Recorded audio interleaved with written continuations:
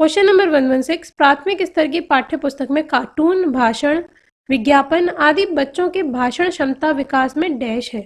प्राथमिक स्तर में अगर हमने पुस्तक में क्या दे रखा है, कार्टून दे रखे हैं, भाषण दे रखे हैं, विज्ञापन दे रखे हैं, तो ये बच्चों की भाषा क्षमता को क्या करेंगे, उनमें सहायक है, बाधक है, निरर्थक है, अनुपयोगी है। जल्दी से इसका आंसर बताइए, बहुत ईजी है ये तो।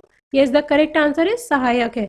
बच्चों को कार्टून वगैरह अगर हम दिखाएंगे, कार्टून बनाएंगे, उनका कुछ उनके कन्वर्सेशन है वो लिखेंगे, तो वो उनके लिए बहुत हेल्पफुल रहता है समझने में।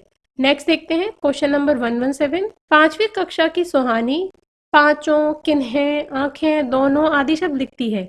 आप सुहानी की लेखन क्षमता के बारे में क्या कहेंगे। उन्होंने क्या लिखा है यहाँ पे, पांचों, किन्हें, आंखें, यहाँ पे एरर है, वो चंद्रबिंदी लगा रही है हर जगह।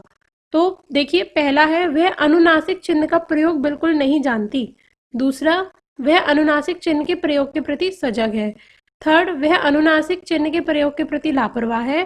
फोर्थ, वह अनुनासिक चिन्ह के नियम का अति सामान्यकरण करती है। इन चारों में से कौन सा ऑप्शन सही होगा। देखिए, ये है कि वो बिल्कुल नहीं जानती, ऐसा तो नहीं है, जानती है तभी वो यूज कर रही है, तो पहला ऑप्शन तो हो नहीं सकता।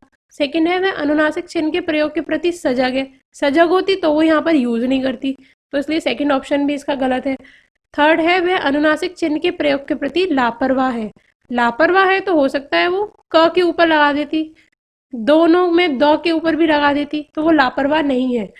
फोर्थ है वह अनुनासिक चिन्ह के नियम का अति सामान्यकरण करती है, इसलिए इसका करेक्ट आंसर होगा फोर्थ। उसने क्या करा है कि जो अनुनासिक चिन्ह का जो नियम होता है उसको इतना सामान्यकृत कर दिया कि जहां जहां पर न की आवाज आ रही है, जहां जहां बिंदी की आवाज आ रही है, वो हर जगह वो चंद्रबिंदी या अनुनासिक चिन्ह ही लगा रही है। इसलिए इसका फोर्थ ऑप्शन जो है हमारा करेक्ट ऑप्शन होगा। आई होप आपको समझ में आया होगा। कोई डाउट है, feel free to ask. Next question देखते हैं, क्वेश्चन नंबर 118। विद्यालय में भाषा शिक्षण के लिए कोई कार्यक्रम शुरू करते समय सबसे महत्वपूर्ण है। ए फर्स्ट है बच्चों की लिखित क्षमता की पहचानना, बच्चे की सहज भाषाई क्षमता को पहचानना, बच्चे की सहज मौखिक अभिव्यक्ति को पहचानना, बच्चे की पठन क्षमता को पहचानना। यहाँ पे क्या कह रहे हैं कि भाषा शिक्षण के लिए कोई कार्यक्रम शुरू करना है तो क्या सबसे महत्वपूर्ण है। पहले में कह रहे हैं लिखित क्षमता देखना, दूसरा सहज भाषाई क्षमता देखना, तीसरा सहज मौखिक अभिव्यक्ति देखना, एंड फोर्थ पठन क्षमता को देखना। जल्दी आंसर बताइए क्या होगा इसका।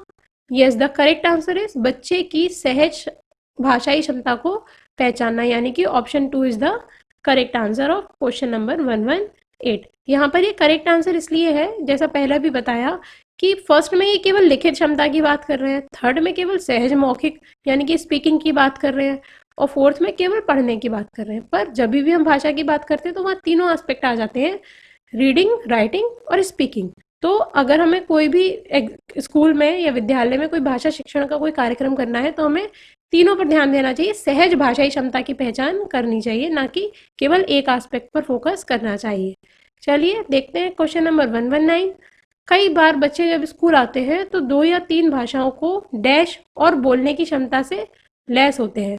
जब बच्चा स्कूल आता है तो क्या क्या होता है, वो पढ़ने और बोलने की क्षमता से लैस होता है, लिखने और बोलने की क्षमता से लैस होता है, रटने और बोलने की क्षमता से लैस होता है, या समझने और बोलने की क्षमता से लैस होता है। 119 का जल्दी आंसर बताइए क्या सही होगा।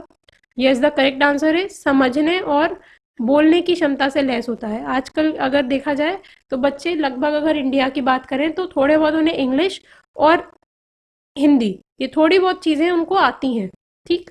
तो 2 कम से कम ऐसी भाषाएं होती हैं जिनमें उसे समझ आती है और वो थोड़ा थोड़ा बोल पाता है। हेलो, हाय जैसे हम बोल पा रहे हैं, तो कह रहे हैं कि हाँ उसको इंग्लिश का थोड़ा बहुत समझ है। और ऐसी हिंदी भाषी जो प्रदेश है वहाँ पर उसको हिंदी की भी समझ होती है, या और जो उनकी मातृभाषा होती है उनकी तो नॉलेज उनको होती है।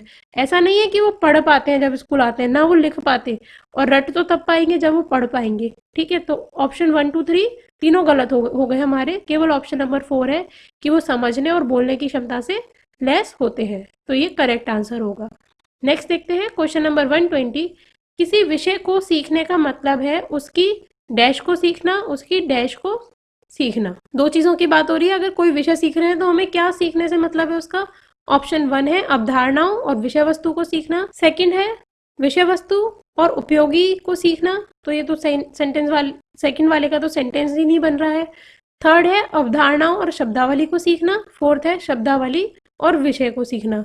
तो उसकी विषय को सीखना भी नहीं बन रहा है, तो हमारा सेकंड और फोर्थ ऑप्शन तो गलत हो ही गया। ठीक है, अब फर्स्ट और थर्ड में से आपको देखना है कि उसकी अवधारणाओं को सीखना और उसकी विषय वस्तु को सीखना, या फिर उसकी अवधारणा और शब्दावली को सीखना। देखिए, अगर किसी विषय को सीखने से मतलब में हम बात कर रहे हैं, तो विषय सीखने से मतलब उसकी विषय वस्तु को सीखने से नहीं है। कंटेंट क्या है उसमें, उससे उससे लेना देना होता है, पर वो सीखने से मतलब नहीं है। मेन अगर आपने उस सब्जेक्ट को सीखा हुआ है तो आपको उसकी शब्दावली की नॉलेज होनी चाहिए और अवधारणाओं की नॉलेज होनी चाहिए। इसलिए इसका जो करेक्ट ऑप्शन होगा 120 का, वो होगा ऑप्शन नंबर 3। आई होप आपको ये समझ में आया होगा। ये हमारा पूरा सॉल्यूशन था जो सीटेट 2019 दिसंबर का जो पेपर था 1, उसका हमने लिया है हिंदी का पोर्शन। आई होप आपके लिए यूजफुल रहा हो। वैसे तो ये लैंग्वेज 1 वाले स्टूडेंट के लिए था कि जिन्होंने language 1 as a Hindi select किया है, पर जिन स्टूडेंट्स ने लैंग्वेज 2 एज अ हिंदी लिया है उनके लिए भी ये बहुत इंपॉर्टेंट था।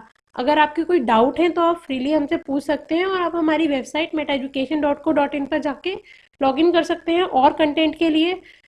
अगर आपको ये वीडियो पसंद आया हो then hit like on this video. अगर आप इस चैनल पे नए हैं देन सब्सक्राइब अवर चैनल, और अपने फ्रेंड्स को भी इन वीडियोस को शेयर कीजिए जिससे कि उन स्टूडेंट्स को भी हेल्प मिल पाए। Thank you, have a nice day.